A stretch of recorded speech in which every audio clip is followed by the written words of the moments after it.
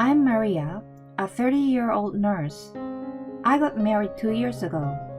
Ken, my husband, is a salesman and a great communicator unlike me. I'm 7 months pregnant right now. My parents have already passed away due to accidents and illnesses, so I can't rely on them. However, my mother-in-law cared for me. It's my first baby, so of course I'm full of anxiety. But I have a husband and a mother-in-law I can trust, so I believed I can safely deliver my baby. Or that's what I thought. One day, I had an upset stomach at work and had to leave early. I walked slowly while trying not to strain my body as much as possible. I noticed something strange when I finally arrived in front of my apartment. My husband's car was parked in its usual place, although he was supposed to be at work. I wondered if he was stopping by during business hours. As I stood in front of the apartment, I felt a strange and inexpressive feeling. Maybe this is what a woman's intuition was. With my heart beating and my head calmer than usual, I unlocked the door with my phone in my hand, careful to not make a sound. I quietly walked through the front door and made my way into the bedroom. On our precious bed were a man and a woman completely naked. Before they noticed, I point my phone to take a picture. Snap! The shutter sounded, but the two were so absorbed in the moment they did not notice a thing. After that, I picked up my husband's phone that was still in the living room and left the house. As soon as I closed the door to our apartment, I started to sweat and my stomach ached. I used the little strength I had left to call my best friend Nadia. Nadia answered the phone and rushed over to me right away. She let me rest at her house for a while. When she heard what had happened, she was extremely upset. She checked my husband's phone while pouring me a hot drink. I don't know if he's just being careless or if he's taking advantage of me, but the phone with no passcode was full of evidence of the affair. I was shocked, but Nadia tells me something even more shocking. The other woman looks like Amy. What? Amy. That was the name of a girl in college 1 year under us. She was famous for her beautiful style, round eyes, and white skin. For the opposite sex, she was a girl you wanted to protect. To the same sex, she was a girl you would never want your boyfriend to meet. That's right. Amy was the type of woman who wants other people's boyfriends. My friend was also a victim, and I remember comforting her. We never saw each other after graduation. Before I found out I was pregnant, I ran into Amy at my favorite cafe. I was with my husband at the time, and Amy was with another man, so I assumed it would just be brief. But she sat down next to us and spoke to my husband and I like we were friends. That was all though. It's not like my husband and Amy exchanged numbers. It would be understandable if she was taking boyfriends, but I didn't think she would go for a married man. When? How? And why? Many questions and despair swirled in my head. Nadia gathered up all the evidence of my husband's affair while I had those thoughts. It may be because of the unexpected surprise that my stomach was still hurting. So I asked Nadia to accompany me to see my doctor. As I thought, the situation was not good and I had to be hospitalized. Nadia offered to prepare me for the hospitalization, but she has a family too, so I couldn't rely on her any longer. I have my husband's phone, so I decided to contact my mother-in-law. My mother-in-law was extremely surprised to hear that I was suddenly hospitalized and rushed where I was. Because of the suddenness of the hospitalization, she helped me get ready as soon as possible. That was supposed to be the only reason I called my mother-in-law. But I was so happy and relieved to see how kind my mother-in-law was, and I ended up telling her about what had happened today. I immediately felt sorry for my mother-in-law as her face froze in surprise at her son's affair. That was when her warm hands gently wrapped my cold hand. You only think about protecting your baby from now. I will take care of the rest." I can't help but cry at her words. I am so glad I trusted my mother-in-law. In my weakened state, I sincerely believed that. If I could go back to that time, I would hold myself back. I didn't know it at the time that she was my enemy. My stay in the hospital lasted a long time. During that time, my husband never came to visit me. "My son is at home, feeling sorry for himself. He doesn't know what he should say to you." My mother-in-law was always apologetic when she reported this to me. Although I was anxious about not seeing my husband's face, I felt somewhat relieved. To say the truth, I didn't want to see him right now. I didn't want to accept any excuses or apologies for the affair. All I wanted was to pray for the safety of my baby. The baby made it until 36 weeks, and he was born. It was a healthy baby boy. I named him Kevin. My mother-in-law was holding newborn Kevin with tears in her eyes. As I lay my aching body on the bed, I'm filled with a warm feeling. Now that I'm so happy, I might be able to meet my husband. But what broke my peaceful heart was my mother-in-law's unexpected words. "Now, you can forget all the bad things that had happened." What? I didn't understand what she meant. My eyes widened in surprise, but my mother-in-law continued talking without caring. "About my son, he didn't mean to offend you. When you're pregnant, he doesn't get as much skinship with you, you know. I think he was lonely. And now that the baby is here, I'm sure you can forgive him." She goes on as if it was my fault that he cheated on me, and it was only natural that I should accept my husband's affair. Though bewildered by my mother-in-law's sudden change inside, I resisted. "But my husband cheated on me while I was pregnant with our son." "Divorce is not an option for you. You don't even have a home to go back to. No matter how good you are at your job, children often get sick. How can a woman raise a child by herself? Our child is small." I had no choice but to rely on my mother-in-law while I was in the hospital, so I had no words to fight back. "I'm so glad you were able to bring this baby safely into the world. And it's a boy too. Don't worry, he's going to be the heir of our family, so I will take good care of him. My son is going to be a great father." My baby is crying in my mother-in-law's arms, as if he was held hostage. "It's okay. A child can make you forget everything." My mother-in-law is smiling on the outside, but her eyes were not smiling at all. It was horrifying, like looking at a devil. I didn't sleep a wink that night. My body is tired. My head is a mess. The photos of the affair I saved on my phone were gone before I knew it. My mother-in-law must have deleted them while I was giving birth. My mother-in-law was not on my side from the beginning. She was just trying to encourage me to have a healthy baby boy. My heart, which had been so happy, was now in despair. Just thinking about the future brought tears to my eyes. The person who saved me was my only living relative, my older brother. He came to see the baby with his family. They noticed immediately that something was wrong. When I told them what had happened, my brother's wife was more furious than my brother. She said she wished I had told her sooner. I couldn't hold back my tears when she started to cry, and we ended up crying as we hugged each other. We were in a private room, so it didn't bother others in the hospital. But the nurse who came in to check on the baby was obviously surprised. I thought I couldn't rely on my brother because he has a family of his own. However, my brother and his wife promised me that if I wanted to get divorced, they would be willing to help. So did my best friend Nadia, who came to visit me later.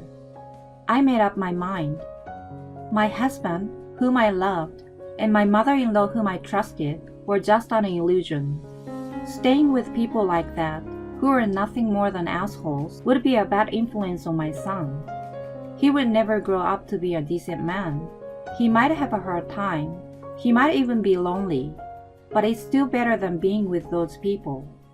I will spend the rest of my life to make my son happy.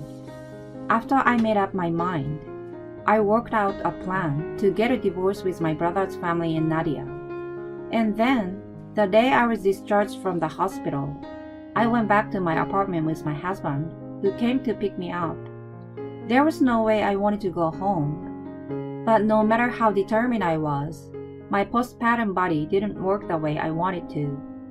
My body had been in the hospital for nearly 2 months due to the threatened premature delivery, so my muscle had been deteriorated. I'd rather not have your body fall apart by pushing too hard. It's be better to wait until we gather enough evidence and act after recovery. This was the advice from my brother's wife, who had had 2 children of her own. My husband, who had not shown his face for the past 2 months, arrived with a big smile on his face.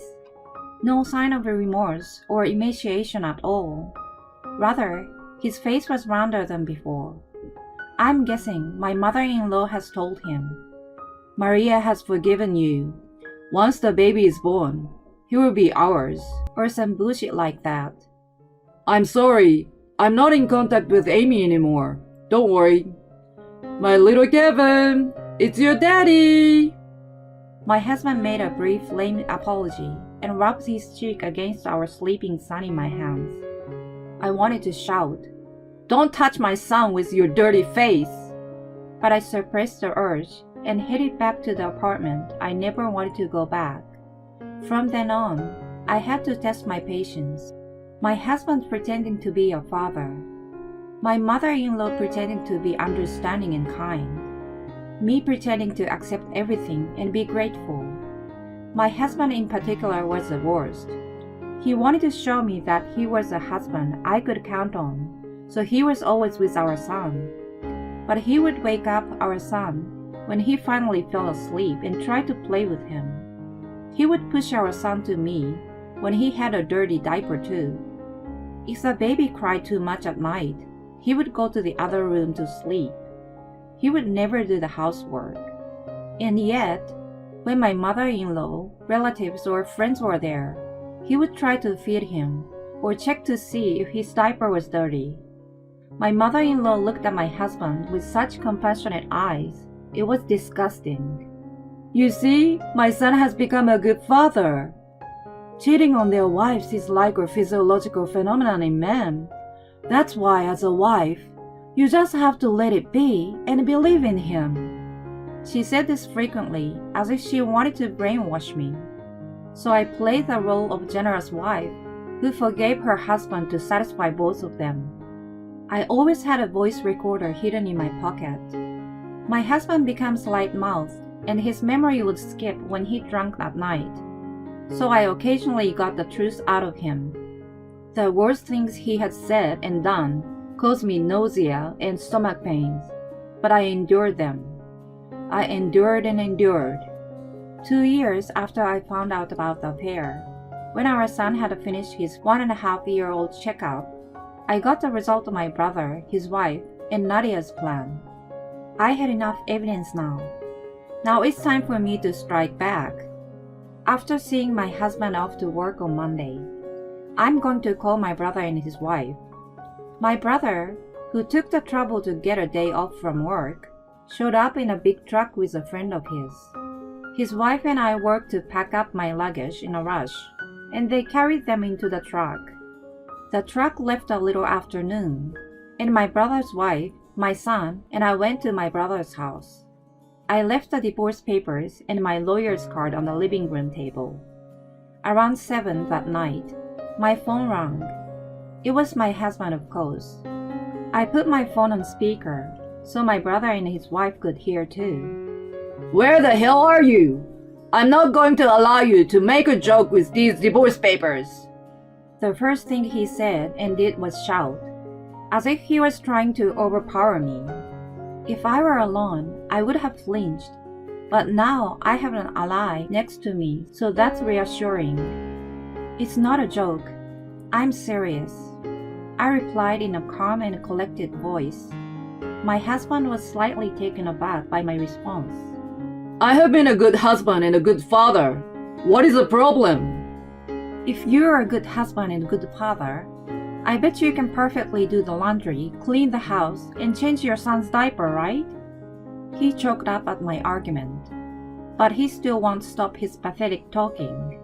You have no home to go back to and no money. I've got a better chance of getting custody because my parents are alive and well than yours. Maybe you're right. There you go.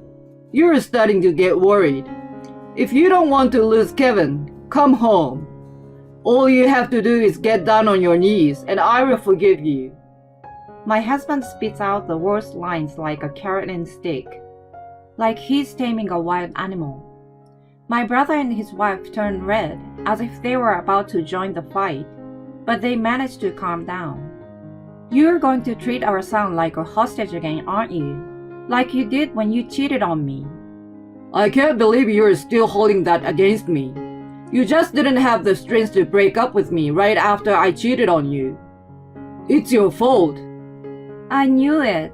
You're so confident because you think the statute of limitation has expired. What are you laughing at? Have you gone crazy because you're so worried? If you come back now, there won't be much of a punishment. Hey, you don't know? Huh? I drop a bomb on my ignorant husband. If it's been less than 3 years since one found out, you can sue cheating. After the bomb voice, the silence continues as if time has stopped. I don't know if it's taking him a while to figure out what it means, or understand what it means, and it is out of words. Either way, I don't owe my husband any sympathy. Bye! I will talk to the lousy daddy through my lawyer, and give my best wishes to your devil mother. Goodbye. As if rejecting the voice that shamelessly screams my name, I hung up the phone. I looked up to my brother and his wife, with their hands raised to congratulate me on a job well done. I gave them a high five with both hands. The battle would last until the divorce was final. It took a year and a half to get all the evidence I needed. Photos of the affair and screenshots of messages that were erased by my mother-in-law were all in the backup file that Nadia created just in case, so it was no problem. Furthermore, I recorded everything my mother-in-law said about cheating being a physiological phenomenon or whatever. The diary I kept every day and the videos I secretly took showed my husband faking a good father. I found out from my drunken husband how long he had been cheating on me and what they had done. I don't think it's cute for a woman to get upset over something as trivial as a cheating husband. You've abandoned everything as a woman after you got pregnant with a child. The voice recorder also caught awful moments like these. Naturally, my in-laws resisted miserably. My brainwashed relatives and their friends tried to persuade me. As soon as I played this series of rants for them, they all pulled away silently. Rather, they took my side, and some of them had a strong sense of justice. While my in-laws were begging to my lawyer, I managed to start my new life in an apartment near my brother's house. In addition, I started a new job with a daycare center, so I was able to commute to work with my son. A father who hurts his wife by cheating and can't take care of the house or child. In-laws who take their son's side and threaten the wife. A mother who worked hard to raise her child with the help of her relatives. The world was on my side. It took a long time, but I was able to leave my husband. Of course, I never neglected to punish his affair partner, Amy. After the baby was born, she came all the way to our house and said, "I'm sorry, I fell in love with your precious husband." What a surprise. She apologized though she didn't feel bad at all. On her social media, she had poems about how she was so sinful for being loved too much. Just reading them gave me goosebumps. Of course, I would not allow her to be happy with her victory. I've endured a year and a half since I gave birth in order to find the most damaging opportunity for her. Nadia kept an eye on Amy's social media posts. Using her friends and other contacts, she got information that Amy got engaged to her true boyfriend. When the time was right, I went to see Amy at her office with my lawyer. I knew that her fiancé was a competent man who worked at the same place. Of course, her fiancé was pale. Amy panicked and made countless excuses and meaningless arguments, but we ignored them and left. As we apologized to surrounding employees for disturbing them at work, this was all to give the impression that she was a disgusting woman who took the husband away from a kind wife. Moreover, it seems that there was other women besides me who were victims of Amy and were looking for an opportunity to take revenge. While I was suing her, apparently the company received a content-satisfied letter from others. Her fiancé was disgusted and said he couldn't marry a woman so unfaithful and broke off the engagement. Covered in debt to pay alimony, her dream of becoming a millionaire was dashed. People at work look at her with a cold shoulder, but she can't even quit her job. Amy used to be beautiful and charming, but now she has no money to fix her shaggy hair. Maybe it's because she has no money. She has become more aggressive, so men don't seem to be interested in her anymore. From now on, no more couples will be victimized by her. I felt like I've made a contribution to society. 5 years later, Maria. I was eating fries with my son when I was approached by an old woman. I didn't know who she was for a moment, but when I looked into her eyes and saw a trace of the past, I remembered who she was. Ken's mother? It was my ex-husband's mother. A person can change so much in 5 years. As if she was pleased that I remembered her, my ex-mother-in-law's sunken eyes light up. I'm glad to see you're doing well. Isn't that Kevin next to you? He has grown up so much. My ex-mother-in-law looks at me with tears in her eyes while my son tilts his head. Mommy, who is this person? Is she the wicked witch? Hey, Maria. Kevin, I'm your one and only grandma. No, please don't lie to him.